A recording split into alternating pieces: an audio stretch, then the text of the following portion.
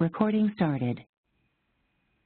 Hello, and welcome to the Linking Healthy Habits to Early Literacy webinar. My name is Brianna Holmes, and I am one of the content specialists here at the National Office for Early Care and Educational Learning Project. The National ECELC project has partnered with Nemours Bright Start to bring awareness to other efforts to support and encourage healthy habits in your preschool classrooms. This webinar will provide strategies to better support you in your classroom through increasing literacy opportunities. Our presenter today from Bright Start will be Vera Meyerholtz. Vera? Yes, thank you, Brianna. Welcome, everyone. Thank you for joining us today. We at Nemours Bright Start are excited to be able to collaborate with you and share our expertise as early literacy specialists. We've developed a webinar that might help you establish healthy habits while meeting language and literacy standards in your classroom. I hope that you'll find this webinar interesting, informative, and useful. And as we go through the webinar today, you'll see we've included a variety of children's books and ideas. And although we may move through those activities rather quickly, please know that they will be available for you at the end of today's webinar. Again, I'm Vera Meyerholtz, and I will be your presenter for the remainder of the webinar. I'm an early literacy instructional designer and curriculum trainer here at Nemours Bright Start in Jacksonville, Florida. Over the last 8 years, I've had the privilege of helping early childhood educators, parents, and caregivers build successful readers. Much of my experience in early education comes from my work as a former classroom teacher and an early interventionist, and I'm looking forward to sharing much of what I've learned with you today. I'd like to take just a minute to talk about what we do here at Nemours Bright Start so you can understand our role in developing happy readers and healthy kids. Our mission is to give every child a bright start in their reading journey.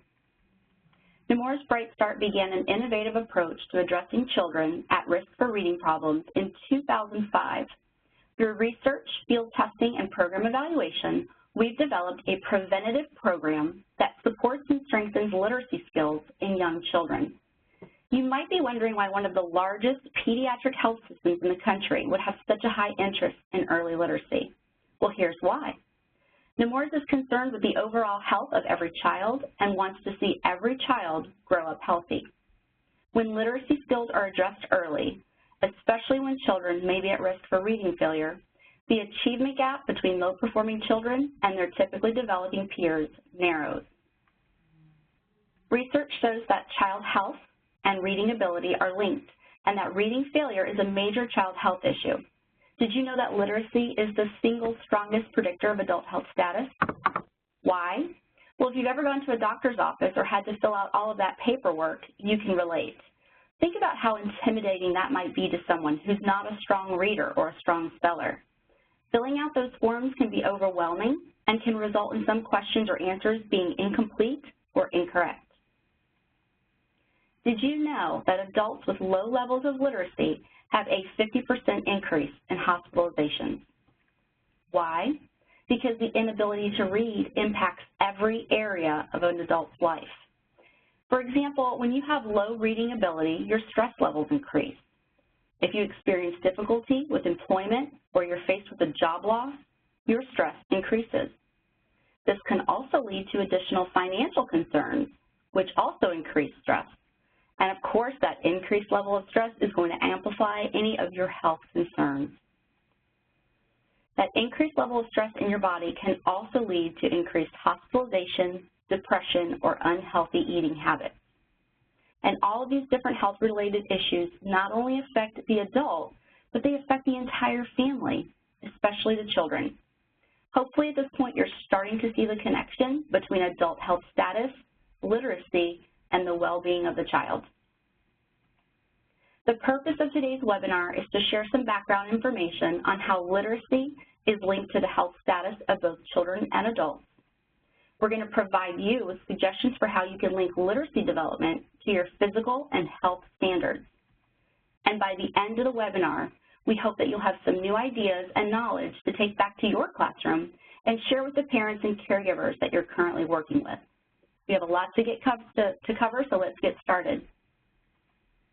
Let me begin by asking you this question. What percentage of adults read at or below the 8th grade level? 14%, 29%, or 43%. If you answer 29%, you are correct. But what might be even more surprising is that out of that 29%, approximately 14% read at or below a 5th grade level. Here's another interesting statistic. Did you know that 36 million adults read at a 3rd grade level or below? Why is all of this important? Because health and education choices are affected by reading ability, and just as importantly have lasting effects on the children. Think about some of the families that you may encounter in your classroom. Their ability to make effective healthcare choices for their children might be affected by their reading ability.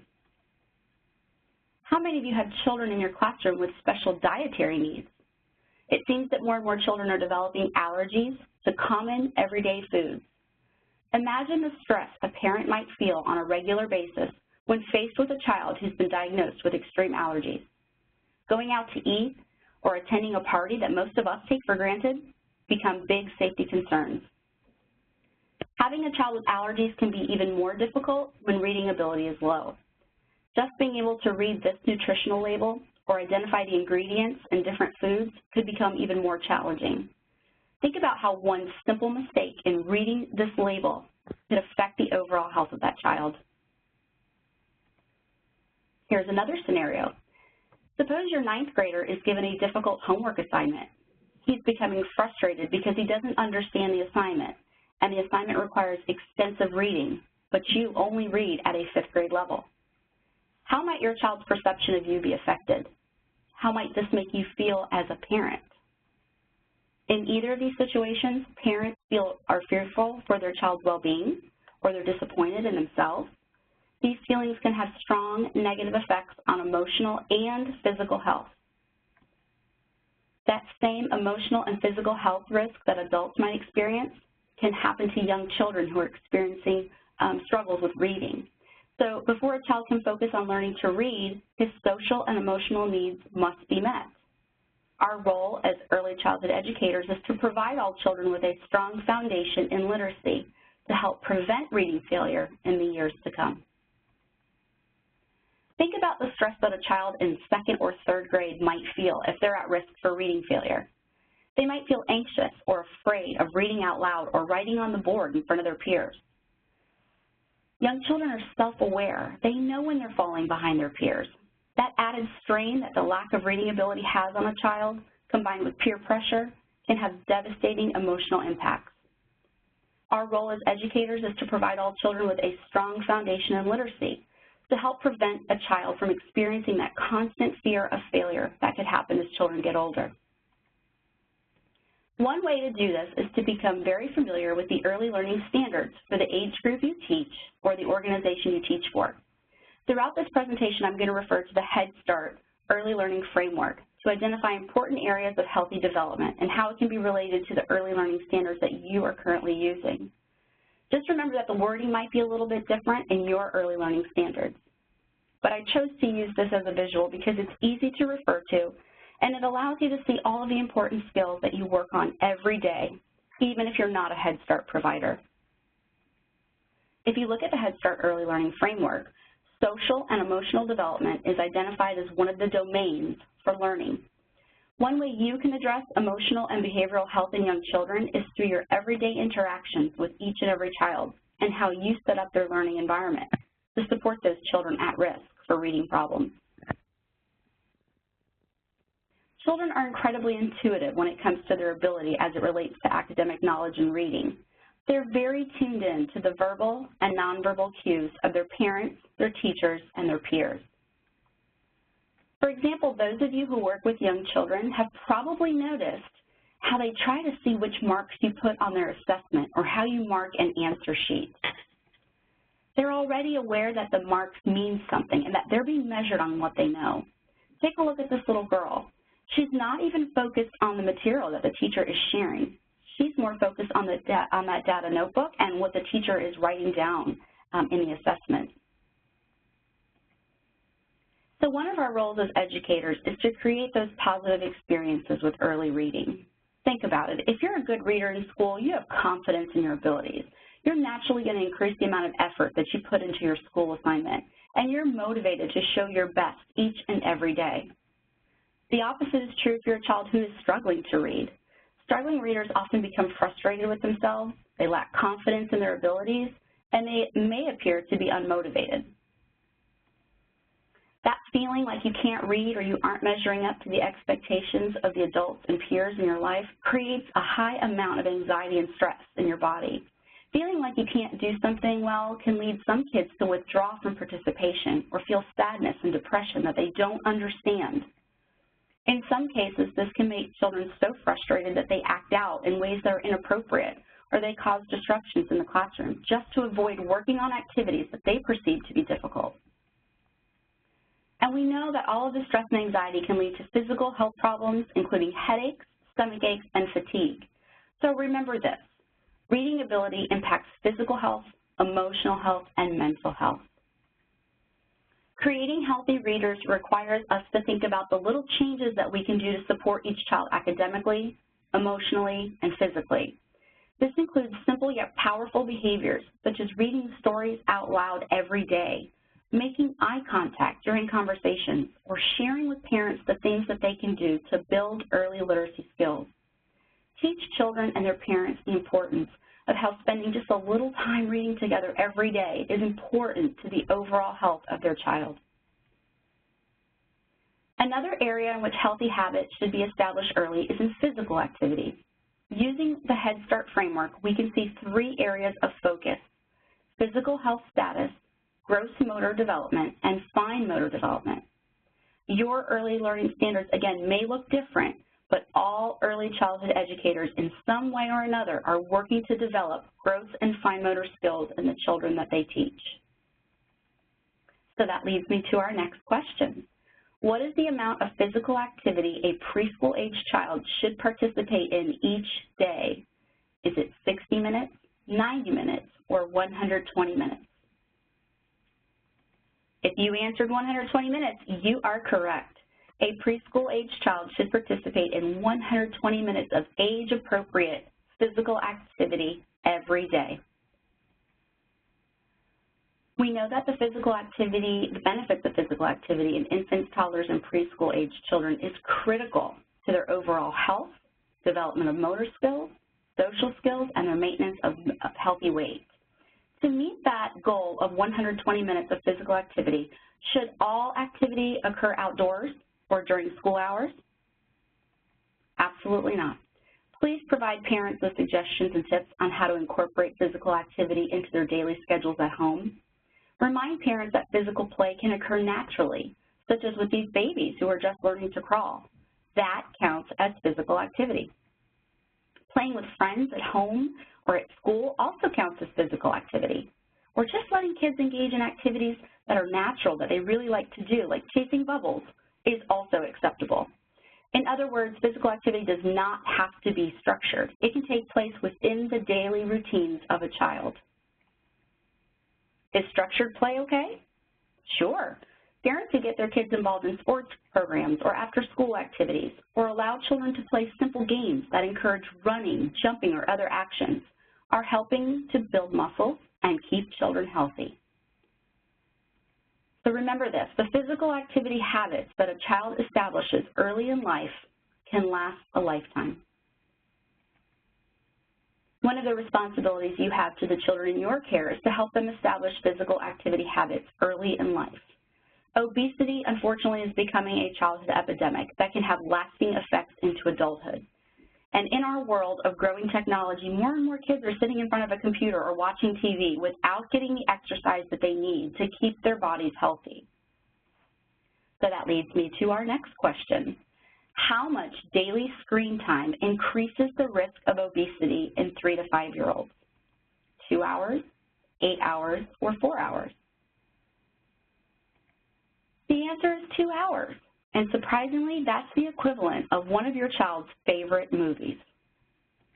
So what does this mean for us as educators? Well, it's important to know the difference between passive and interactive screen time. And it's also important to spend more time moving and interacting than it is to watch TV or play computer games. But more importantly, we have to share that information with parents and caregivers.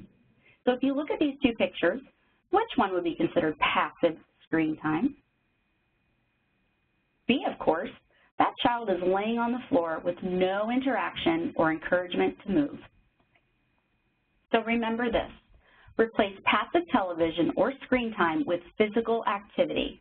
The next time you have a few minutes to spare in your classroom, get your kids up and moving with developmentally appropriate bursts of physical activity instead of turning on that TV. Are you wondering how you might link physical activity with literacy? Well, one way is to add movement to songs and stories. By doing this, you're increasing opportunities to develop communication skills and listening skills through the use of language and vocabulary. Let's take a look at a few examples. If you work with infants, one way that you might incorporate more physical activity into your day is by increasing tummy time opportunities. Then add a little literacy by playing music or singing songs and talking with the child. Read a picture book that includes actions and movements, and encourage youngsters to reach and grasp for the book. How are we supporting this infant? We're laying the foundation for expressive and receptive language skills, especially when we use eye contact and respond to the baby's sounds and coos. And guess what else? We're helping to establish positive social attachments and healthy emotions. Here's another example. Provide toys that make music and noise and require the child to shake, bang, strum, or tap. How does this build literacy? Music has been proven to develop an awareness of language patterns, like rhyme, and it also helps to develop auditory distinction in sounds, which is a large part of developing phonemic awareness skills. When you combine movement and song, you can involve any age group in stomping, jumping, or any other movement, while developing coordination, improving balance, and strengthening muscles. Here's another simple game you might try, especially with your crawlers and your toddlers. Create a family ball by taping pictures of family members onto the ball and playing rolling games. Use that ball as a conversation starter and encourage children to crawl towards the picture. If you're working with older children, you can use the ball for rolling or bouncing or kicking to help build coordination skills. Just remember that creating fun physical activities like these is so important to the overall development of the child. You can influence the habits and the behaviors of the children you teach through the learning environment you create. Linking physical activities to literacy is one more opportunity for children to practice the literacy skills while establishing healthy habits. There is one teaching strategy that's critical for establishing healthy habits early. Do you know the #1 teaching strategy that you can use to establish healthy habits? Be a healthy role model. You can influence the habits and behaviors of the children you teach through how you choose to interact, comment, and behave. Children watch everything you do. They learn through observation. They will observe your attitude, your unique personality traits, and guess what? They will copy you. You can use this natural opportunity to practice healthy habits every day. Become familiar with the types of practices that are addressed in your early learning standards. Over the next few slides, I'm going to share some suggestions for how you can model healthy eating habits and link them to literacy. What's the one thing that occurs in your classroom every day?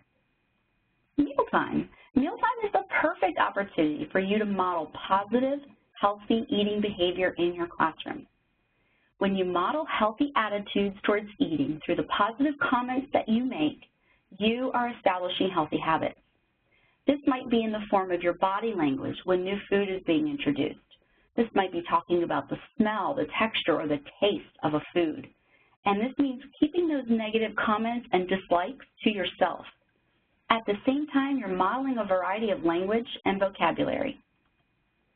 And when you demonstrate the ideal behaviors that you expect your kids to do, like eat the same foods or choose healthy options over a bag of chips or soda, and when you acknowledge their choices through praise, you are establishing healthy habits.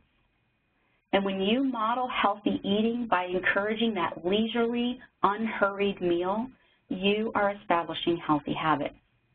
Be sure to develop healthy routines that can be shared at home, including time for back and forth conversation. Mealtime is a great time to talk and listen to each other, as well as model and provide practice in manners, build fine motor skills through scooping and serving. It's a great opportunity to help children identify healthy food choices and appropriate portions. Are you wondering what healthy eating has to do with learning to read? Well, we know that eating healthy is important to our physical and mental health. When we're hungry, it's hard to concentrate. In order to learn to read, you have to be focused. Sometimes having a full tummy can make you sleepy and you have no energy. In order to learn to read, you have to be awake. So how do you get the brain and the body to focus on learning when your brain is wandering to more interesting things or your body says it's sleepy? One way to get focused is to add in some mild physical activities that get the blood flowing and the neurons firing in the brain. Did you know that studies have shown that after periods of physical activity and movement, a child may actually have more focused attention on learning? This is an extremely important piece of information to keep in mind as you design your schedule or activities. Consider adding in brain breaks or little bits of movement, games, or exercise before, during, and after activities. Add a movement or exercise before a learning experience to prepare a child to listen and learn. Adding a movement during an activity makes it multisensory and fun, and it stimulates the neurons in the brain, which trigger connections to new information. Adding movement after a lesson gives the whole body a break, relieves stress, and can help you prepare for the next activity. So do something that fits your teaching style, like simple stretching activities, or even some basic yoga, or exercise movements like jumping jacks or running in place. Another brain break idea is to incorporate a structured, teacher-directed game. I'll bet each and every one of you has a special game that your kids love to play. Think about how you can use that game to establish a brain break, after rest, or as a transition to a new activity. One of the games I've observed in early childhood classrooms is called Copycat Copycat. If you haven't heard of it, it goes something like this. Copycat, copycat, that's my name. Getting us to exercise, that's my game. Watch what I do, now you do the same. Begin by creating a silly movement that everyone has to copy, and then allow each child in the group to make up his or her own silly movement for his or her peers to copy. This will quickly become a favorite and a quick go-to anytime your students need to focus. So let's review. Developing healthy habits begins at birth. As parents and educators, it's important that we support a child's healthy development with physical activity, healthy eating, and literacy success. The last part of today's webinar is going to show you how to tie all of these together. Using your state or organizational early learning standards, identify a literacy goal that you would like to introduce or practice.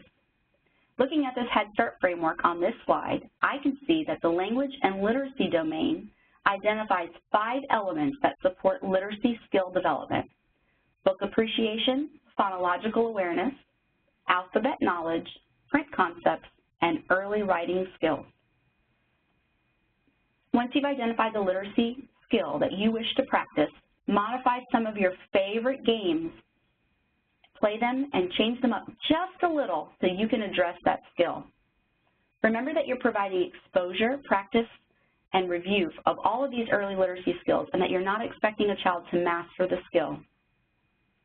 Activities do not need to be limited to just outdoors. Make adjustments that allow you to complete the activity indoors as well. How many of you play Duck, Duck, Goose? Think of how you can boost literacy while increasing awareness of healthy habits in games such as Duck, Duck, Goose by simply changing the name to Cookie, Cookie, Carrot or Apple, Apple, Cake. This is a great way to practice alliteration, increase physical activity, and bring awareness of healthy versus unhealthy foods. How many of you play Simon Says?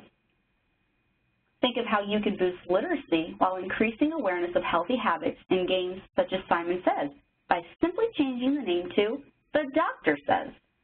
This is a great way to build vocabulary, increase physical activity, and bring awareness to the importance of visiting the doctor regularly. Remember this, use games that you already know to address your literacy goals, healthy habits, and physical activity. Another way to help you integrate literacy, healthy habits, and physical activity into your day is through children's literature. Not every book will address healthy eating or healthy-related topics, so preview and select certain books that encourage a discussion about the habits you would like to introduce. For example, in this book, Good Thing You're Not an Octopus, you'll find many opportunities to discuss healthy habits such as self-care, healthy eating, safety, and hygiene. And when you choose to discuss those healthy habits, be sure to allow children a chance to answer open-ended questions about specific food choices or self-care or safety concerns. These types of questions can lead to interesting discussions that can help you share and educate children in an informal setting, and it also reinforces expressive language building. At one point in this story, when the little boy is brushing his teeth, you might ask, why should we brush our teeth? And listen to the responses of the children. And if you can, provide a concrete demonstration to emphasize your point whenever possible. For example, as a follow-up to the question, why do we brush our teeth, you can include this demonstration of how certain foods can leave stains on the teeth. Here's a fun experiment that you could do to demonstrate the importance of choosing healthy foods and the importance of brushing your teeth. Step 1, boil some eggs. Step 2, soak those eggs overnight, some of them in milk or water, and the others in dark soda or tea. And ask your kids to predict what they think might happen to those eggs. What might those eggs look like in the morning? That next day, take the eggs out of the liquid and compare them. Talk about what may have caused the egg to change color and reinforce why it's so important that we choose healthy drinks for our body and for our teeth. Last step, pass that stained egg around and encourage children to brush the egg to remove the stain. And make sure each child has the opportunity to practice those proper brushing techniques. And don't forget to link it to literacy. Use emergent writing activities to help children answer your open-ended questions. For example, in the beginning of that experiment, when we asked the children to make a prediction, allow them to write that prediction in a healthy habits journal. And at the end of the experiment, when you discuss the results, allow children to draw or write about what happened. Just remember, keep the age and abilities of your children in mind when selecting early writing activities. We want to be sure that our expectations are appropriate for those early writers. Remember this, every book you read can be used to introduce, practice, and review literacy skills.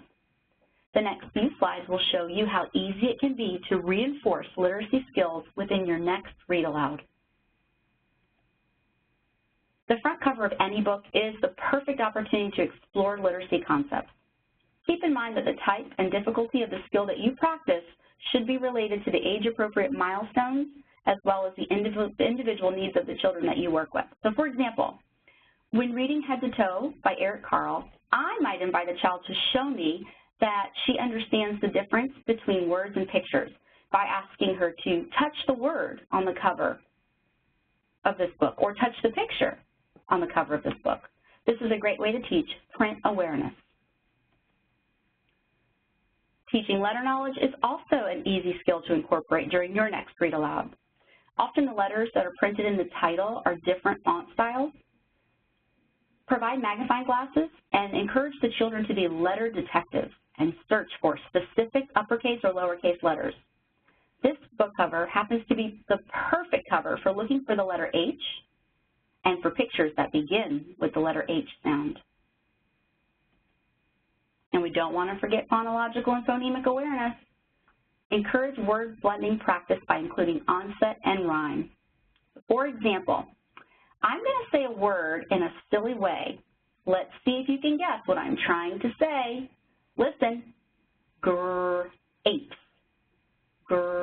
Apes. What's my word? That's right. Great. Say it fast. Good job. Let's try another one. Get your ears ready. Iwi.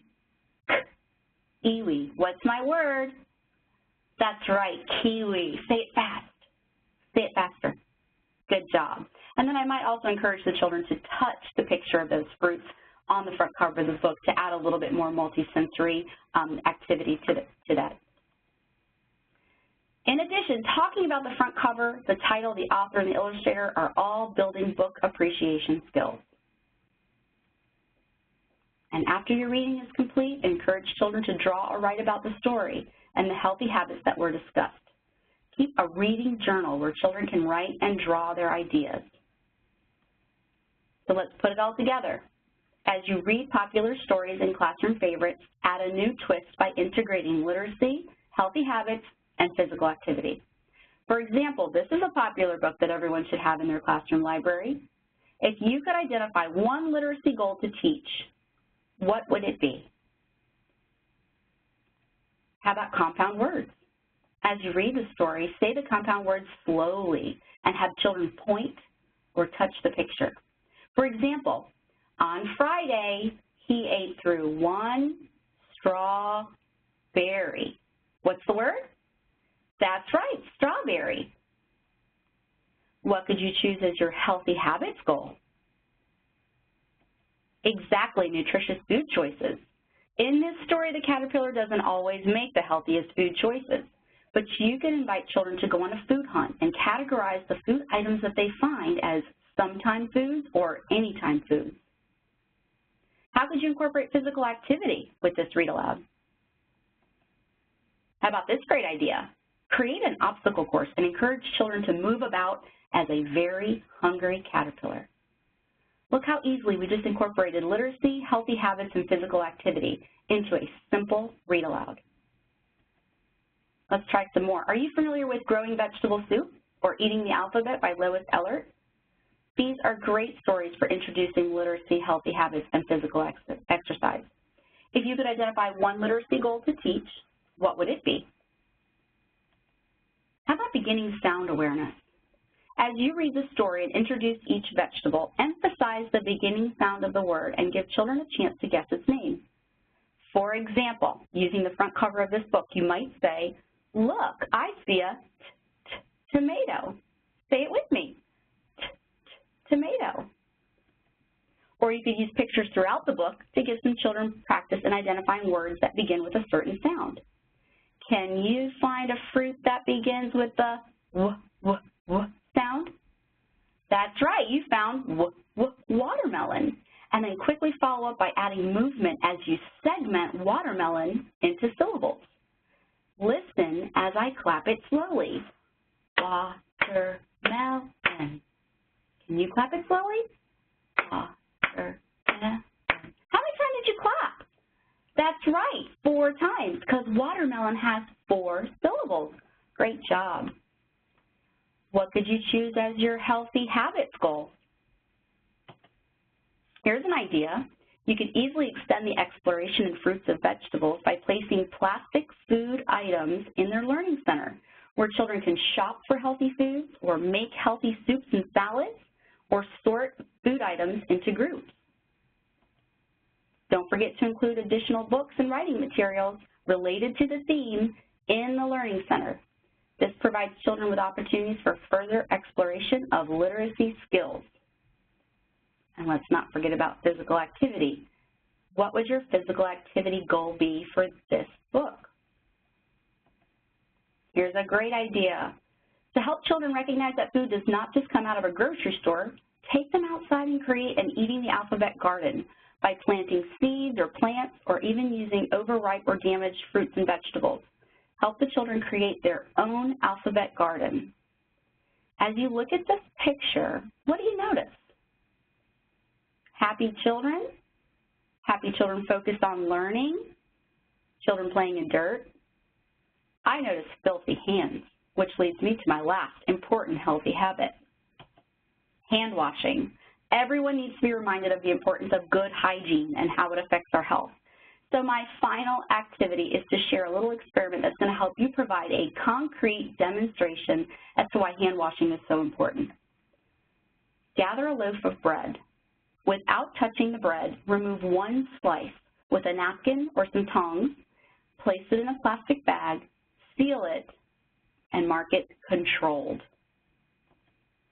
Once your hands are clean and dry, remove a second slice of bread, place it in a plastic bag, seal it, and mark it, clean hands. Remove a third slice of bread, pass it around to each child as he or she comes in from working in the alphabet garden.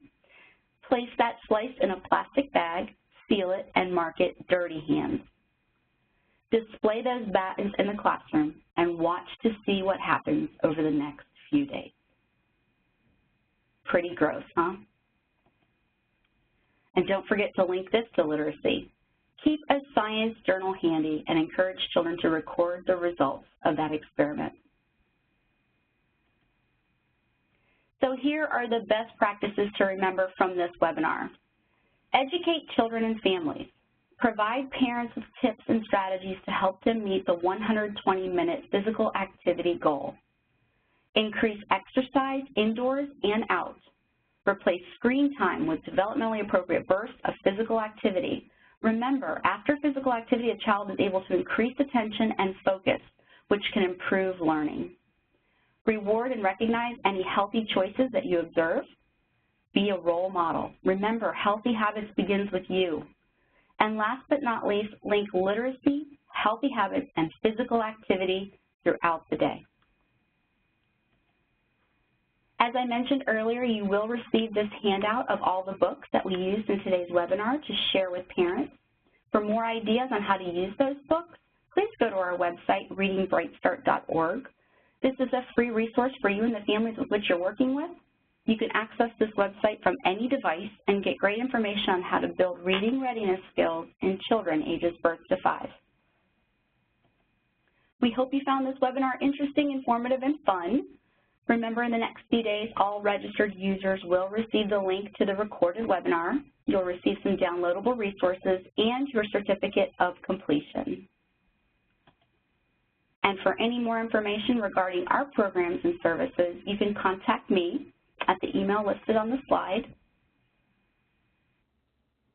And we have a few minutes left, so we'd like to hear from any of you. If you have any comments or questions, we're here. So, Brianna, I will pass it back over to you and let me know if there's anything.